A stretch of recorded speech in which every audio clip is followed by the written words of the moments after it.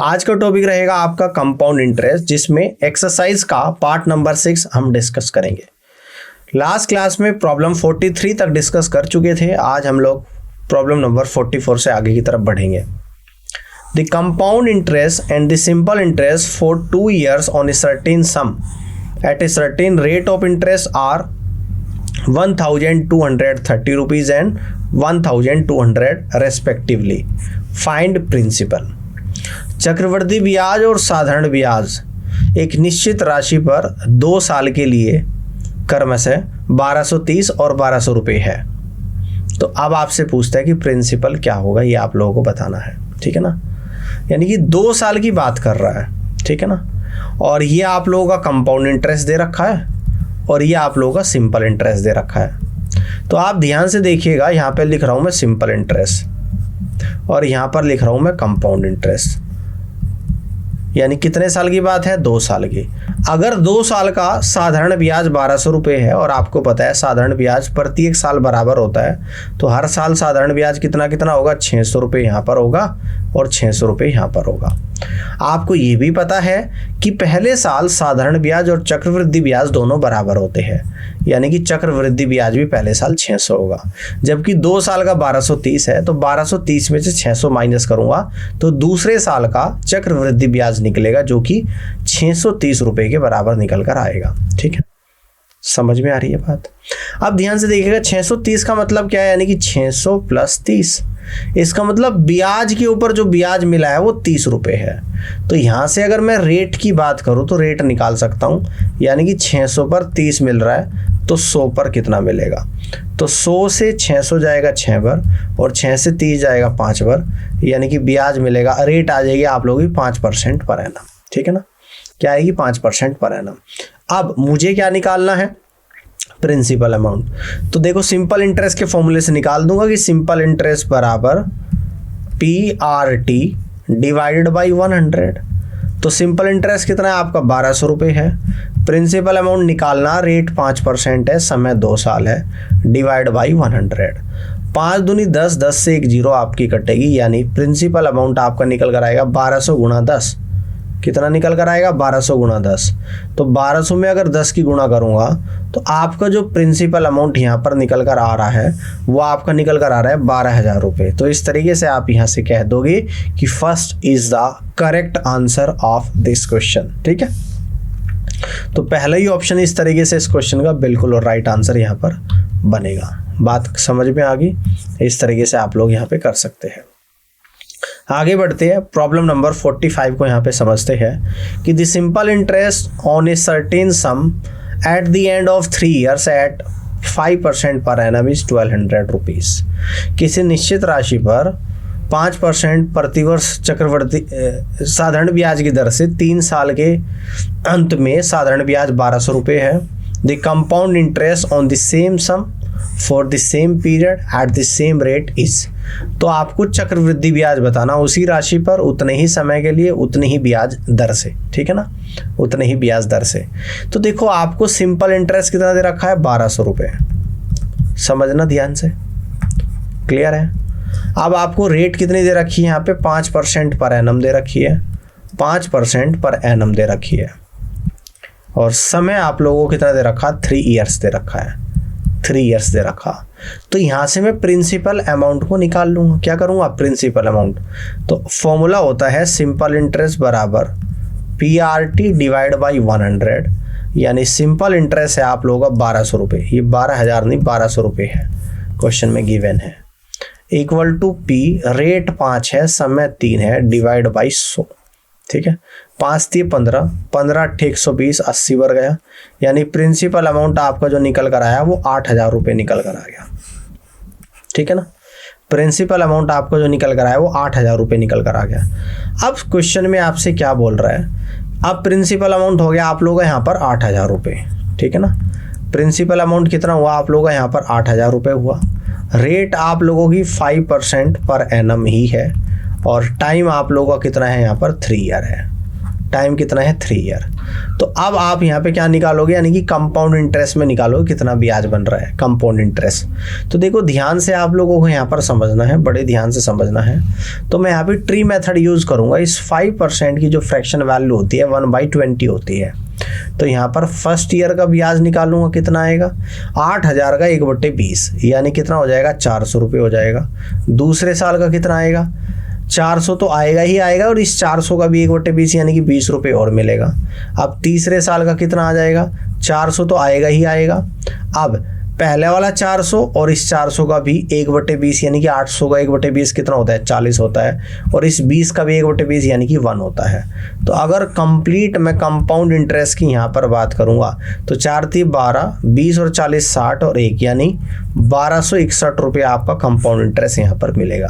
तो आपसे यही बोल रहा है कि इतने ही राशि पर इतने ही समय के लिए उतने ही ब्याज दर से कंपाउंड इंटरेस्ट कितना आएगा। तो इस तरीके से आप लोग कह दोगे यहाँ पर कंपाउंड इंटरेस्ट 1261 रुपये आएगा, जो कि डी ऑप्शन में दे रखा हो। D is the correct answer of this question. I hope कि ये क्वेश्चन आपको क्लियर हो गया होगा। इस तरीके से आप लोग कर पाओगे। आगे बढ़ते हैं।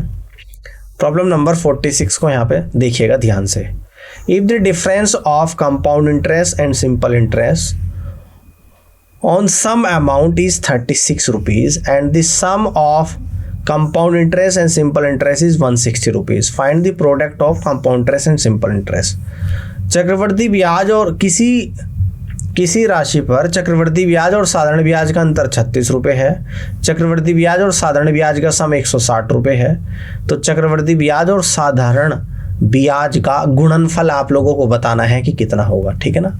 यानी आपको गिवन क्या क्या है, compound interest plus simple interest कितना दे रखा आप लोगों को 36 रुपीज दे रखा है, सॉरी डिफरेंस दे रखा आपको ये, ठीक है ना। देन इसके बाद सम कितना दे रखा, compound interest plus simple interest. तो सम दे रखा आप लोगों को 160 रुपीज। आपको बताना compound interest into simple interest का प्रोडक्ट, जो कि आपको यहाँ पर निकालना है, ठीक है। तो आपने एक फॉर्मूला देखा होगा यहाँ पर कि a + b का होल स्क्वायर क्या होता है। तो इसको मैं लिख दूंगा यहाँ पर a - b का होल स्क्वायर और प्लस 4ab के बराबर होता है। तो यही फॉर्मूला मैं यहाँ पे यूज़ करूँगा। ये वाला फॉर्मूला हम लोग यहाँ पर यूज़ करेंगे। a क्या है यहाँ पर कंपाउंड इंटरेस्ट, b क्या है यहाँ पर सिंपल इंटरेस्ट। तो यहाँ पे लिख दूंगा compound interest plus simple interest का square equal to compound interest minus simple interest का स्क्वायर और प्लस का 4 into compound interest into simple interest, ठीक है ना। तो CI/SI का सम 160, तो 160 का स्क्वायर, CI माइनस SI का डिफरेंस यानी कि 36 का स्क्वायर और प्लस का 4 इंटू CI इंटू SI, ठीक है ना। अब देखो ध्यान से आप लोग यहाँ पर देखिएगा, अगर इसको इस तरफ मैं ले जाऊँगा और इस बात को अगर ऐसे मैं कह दूँगी 4 into compound interest into simple interest equal to 160 का स्क्वायर और माइनस 36 का स्क्वायर। और इसको कैसे कह सकता हूँ, यानी a square minus b square का फॉर्मूला क्या होता है, a square minus b square. तो ये होता है आप लोगों का a + b और a माइनस b के बराबर होता है। तो a + b 160 + 36, 160 + 36 और दूसरे ब्रैकेट में आएगा 160 - 36, यानी 160 + 36 196 और 160 में से 36 जाएगा तो 124। तो यहाँ से हम लोग कह देंगे कि compound interest into simple interest equal to 196 गुणा 124 और डिवाइड बाई 4 से इसको कट करूँगा तो 4 × 12 और 4 × 4 31 की गुणा करूँगा, 31 × 186 का 6 तो 18 बचेगा। 31 निमा 279, 279 में अगर 18 ऐड करूँगा तो 297 का 7 तो 29 आएगा। 31 का 31 और 29 यानी कि 60 आ जाएगा। तो इस तरीके से कंपाउंड इंटरेस्ट और सिंपल इंटरेस्ट का जो प्रोडक्ट यहाँ पर निकल कर आएगा वो निकल कर आएगा 6076 रुपीज़ के बराबर। That means C is the right answer of this question. इस तरीके से आप लोग कर सकते हो। ये वाला फॉर्मूला यहाँ पर यूज़ हुआ है जिसको मैंने डब्बे के अंदर डाल दिया, और एक ये फॉर्मूला हमने यहाँ पे यूज़ करा है ए स्क्वायर माइनस बी स्क्वायर का। इसको भी मैंने डब्बे के अंदर डाल दिया। ये दोनों फॉर्मूले की मदद से हमने इस क्वेश्चन को यहाँ पे कर लिया है, ठीक है ना। बात क्लियर हो रही है। चलिए जी, अब मैं आगे बढ़ रहा हूँ और अगले क्वेश्चन को अब यहाँ पे देखते हैं। अगला है problem number 47। If the difference between compound interest for third year and second year is 420 rupees on a certain sum of money at the rate of 16.2/3% for 3 years, find the principal। तीसरे साल के चक्रवृद्धि ब्याज और दूसरे साल के चक्रवृद्धि ब्याज के बीच का अंतर 400 रुपये है। ब्याज की दर 16.2/3% है। समय 3 साल है। तो प्रिंसिपल अमाउंट आपको बताना है कि कितना होगा, ठीक है ना। ठीक है, बात समझ में आ रही है। देखो यहाँ पर जो रेट दे रखी है वो दे रखी है आपको 16.2/3%। इसकी फ्रैक्शन वैल्यू होती है 1/6 और समय आप लोगों को जो दे रखा वो दे रखा 3 ईयर्स, ठीक है ना। समय आपको जो दे रखा वो दे रखा आप लोगों को यहाँ पर 3 ईयर्स। अब देखो ध्यान से आप लोगों को समझना है। अब मैं यहाँ पर ट्री मेथड यूज करूंगा। क्या करूंगा? Tree method. Tree method concept क्या होता है? जो आपकी रेट का न्यूमरेटर अपॉन डिनोमिनेटर 6 है और जितने साल है, यानी कि प्रिंसिपल को एज्यूम कर लूंगा कि लेट द प्रिंसिपल अमाउंट, इसको इस तरीके से let the principal.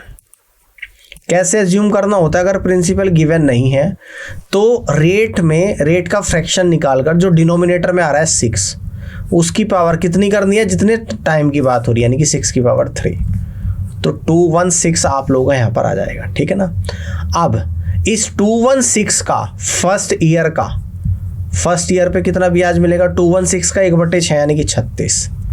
Second year कितना मिलेगा? 36 मिलेगा और 36 का भी 1/6 यानी कि 6 मिलेगा। और तीसरे साल क्या मिलेगा? 36 मिलेगा। 36 72 का 1/6 यानी कि 12 मिलेगा और 6 का भी 1/6 यानी कि 1 मिलेगा, ठीक है। यहाँ तक भी समझ में आ गया। अब यहाँ पर हम लोग क्या चेक करेंगे? हम देखेंगे दूसरे साल टोटल कितना ब्याज मिल रहा है। 36 और 6 42 यूनिट। और तीसरे साल टोटल कितना मिल रहा है? तो 36 और 12 कितना मिल रहा है? 48 और 1 49 यूनिट मिल रहा है। इन दोनों के बीच का डिफरेंस कितना निकल कर आ गया?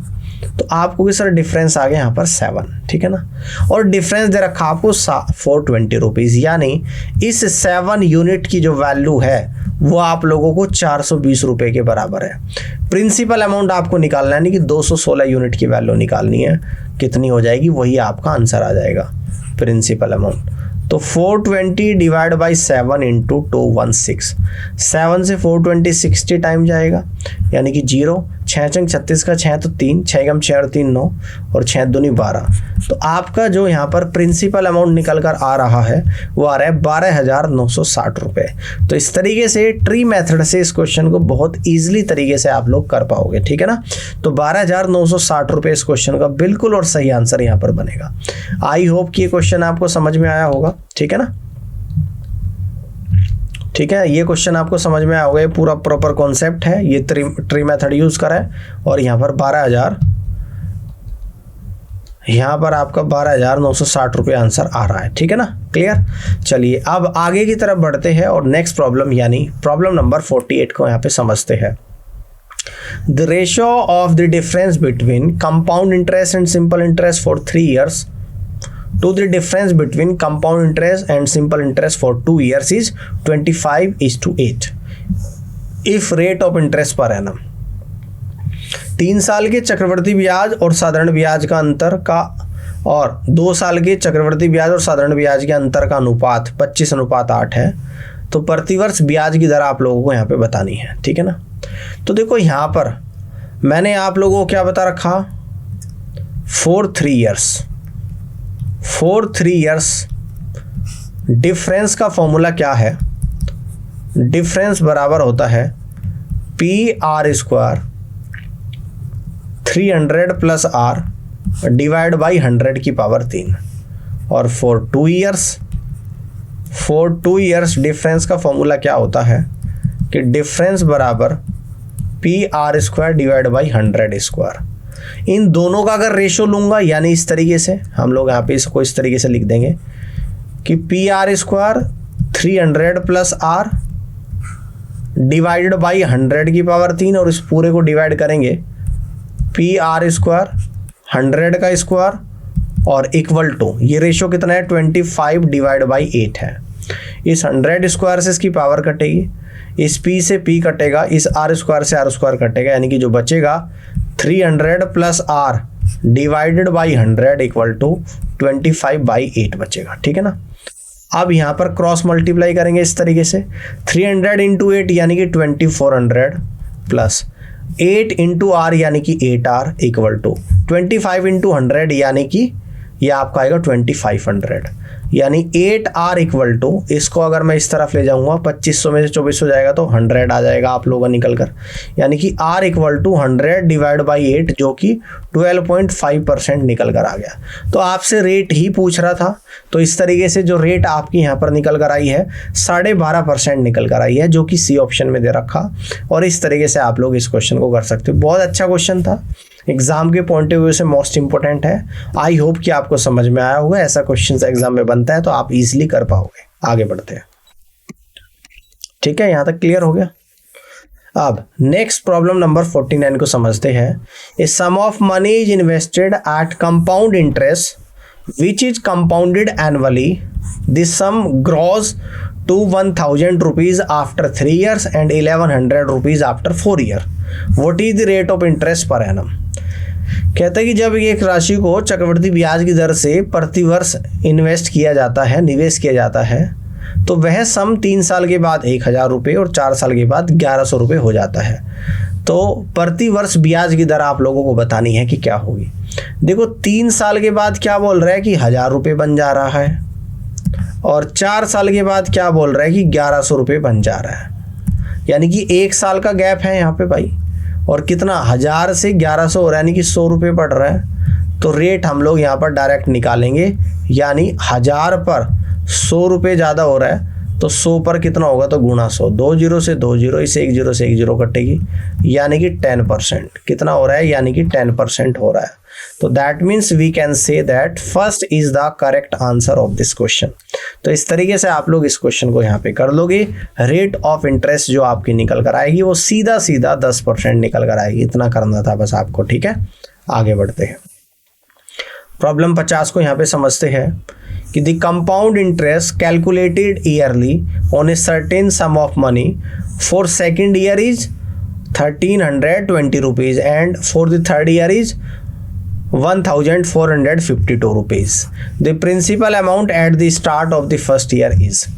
कह रहे हैं कि अगर चक्रवृद्धि ब्याज प्रतिवर्ष कैलकुलेट किया जाता है तो एक राशि दूसरे साल जो चक्रवृद्धि ब्याज है कितना प्राप्त होता है एक राशि पर 1320, और तीसरे साल चक्रवृद्धि ब्याज प्राप्त होता है 1452। Principal amount at the start of the first year. तो पहले साल की शुरुआत में प्रिंसिपल अमाउंट आप लोगों को बताना है कि क्या होगा पहले साल की शुरुआत में। अब देखो ध्यान से समझिएगा, आपको कंपाउंड इंटरेस्ट यहाँ पर दे रखा है, इस बात को समझना है। यानी कि अगर मैं सेकंड ईयर की बात करूँ यहाँ पर, तो सेकंड ईयर के अंत में जो आप लोगों का कंपाउंड इंटरेस्ट है वो 1320 रुपये है, और तीसरे साल के अंत में जो कंपाउंड इंटरेस्ट है वो आप लोगों का 1452 रुपये के बराबर है। किसकी बात हो रही है, कंपाउंड इंटरेस्ट की बात हो रही है। ठीक है ना।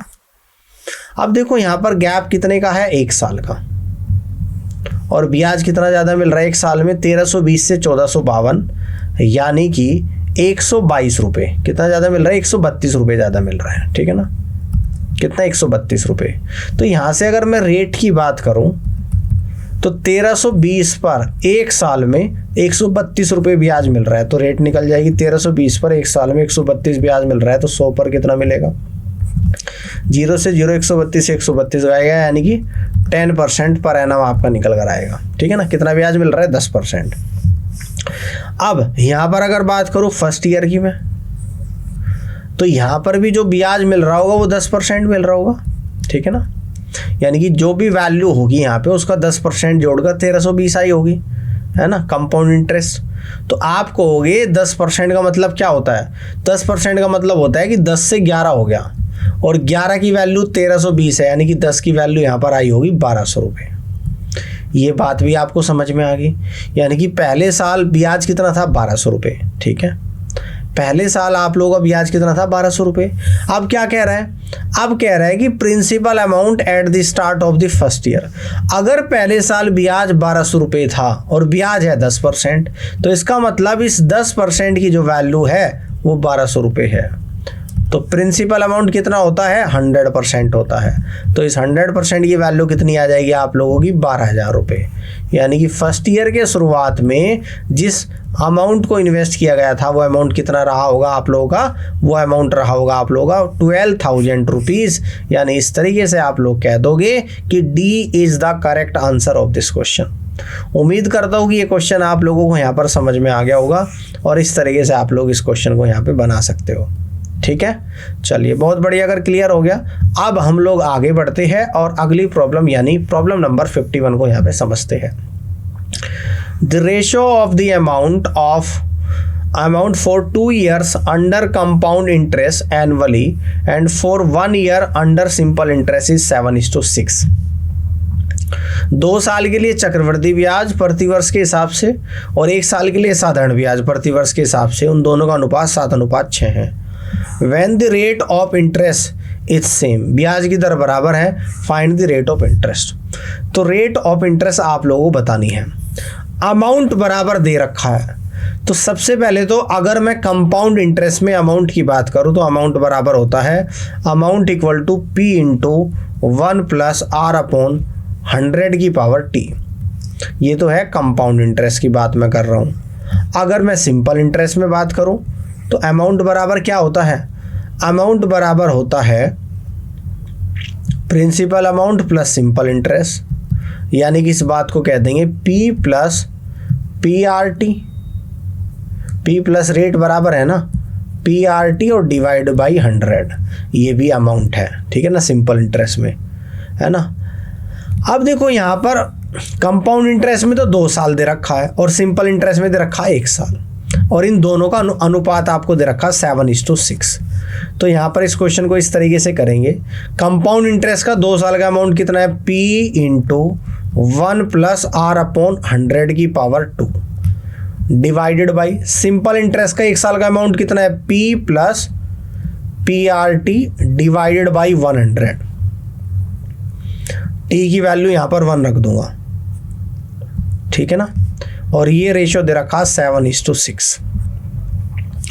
अब देखो ध्यान से समझिएगा इसको, और क्या लिख सकता हूँ ऊपर, P ब्रैकेट के अंदर 1 + r/100 का स्क्वायर और नीचे भी P कॉमन ले लूंगा तो 1 + r/100 इक्वल टू 7/6। इस P से P कटा, इस पूरे से इसकी एक पावर कटेगी और बचेगा 1 + r/100 इक्वल टू 7/6। अब सोल्व करूंगा, एलसीएम ले लूंगा लेफ्ट साइड, यानी कि 100 + r divided by 100 equal to 7/6।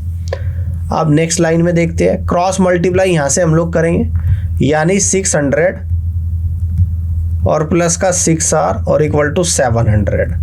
तो 600 को इस तरफ ले जाऊंगा, यानी कि 6r इक्वल टू 700 माइनस 600, यानी 6r इक्वल टू 100 और r इक्वल टू 100/6। और 100/6 कितना होता है आप लोगों का, 16.67%। कितना होता है, 16.67%। तो इस तरीके से आप लोगों की रेट ऑफ इंटरेस्ट जो निकल कर आएगी वो आएगी 16.67%। यहाँ तक बात समझ में आ गई। बहुत ही अच्छा क्वेश्चन था। अगर ऐसा क्वेश्चन एग्जाम में आएगा तो निश्चित रूप से आप लोग अब कर पाओगे, आप कोई डाउट आपको यहाँ पे नहीं होगा, ठीक है ना। तो ये सवाल समझ में आ गया। अभी तक जितने क्वेश्चन समझाए सभी क्लियर हो रही है। चलिए अब हम लोग आगे बढ़ते हैं और अगली प्रॉब्लम को यहाँ पर समझते हैं, ठीक है ना। अब नेक्स्ट प्रॉब्लम को यहाँ पे देखते हैं, ठीक है। चलिए, तो आई थिंक आज के सेशन में इतना ही है आप लोगों के लिए, और उम्मीद करता हूँ कि आज का सेशन आप लोगों को पसंद आया होगा। इसमें अभी हमने कंपाउंड इंटरेस्ट में क्या क्या पढ़ लिया वो मैं आपको एक बार बता देता हूँ। तो कंपाउंड इंटरेस्ट में पहली क्लास में मैंने आपको थ्योरी पढ़ाई थी और कॉन्सेप्ट पढ़ाए थे। थ्योरी एंड कॉन्सेप्ट सब कुछ बता दिया था।